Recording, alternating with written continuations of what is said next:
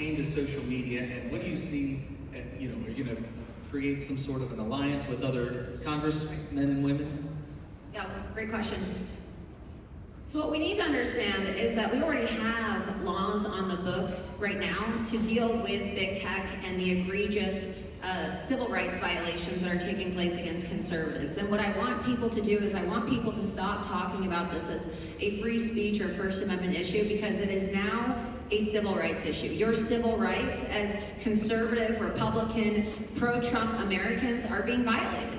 When you start preventing conservatives from voicing their opinion, when you start shutting people down on payment processors and having the banks shut them down and ban them for being pro-Trump, that's a civil rights violation. And so I think that our representatives, and that's something that I plan to do when I win my race next November, is to really go back and look and see how we as a country and lawmakers can start including political ideology and affiliation as a protected class under our civil rights laws. Because we see Trump supporters getting beaten in the streets, denied service. This is the type of stuff that we were seeing as Americans in the 1950s and the 1960s during the civil rights crisis that we had.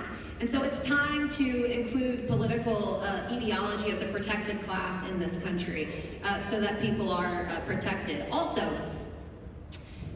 it is a law, it is against the law, it is illegal. You can go to prison for lying to Congress. So why don't we just lock Mark Zuckerberg and Jack Dorsey up in prison for perjury?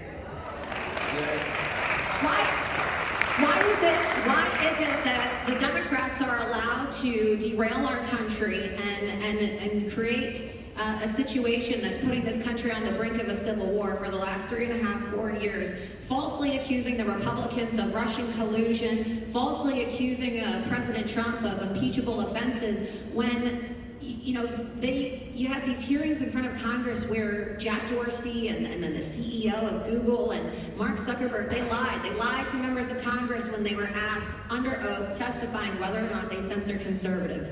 And I know that if I were to lie to Congress as a Republican, or if any of you, we'd be in jail. So I want to know why there's two sets of rules for Republicans or Democrats, and why these big tech billionaires who are also Democrat mega donors think that they are above the law. And as Nancy Pelosi always says, and has constantly reminded us, nobody is above the law. Nobody, including Jack Dorsey and Mark Zuckerberg. Amen.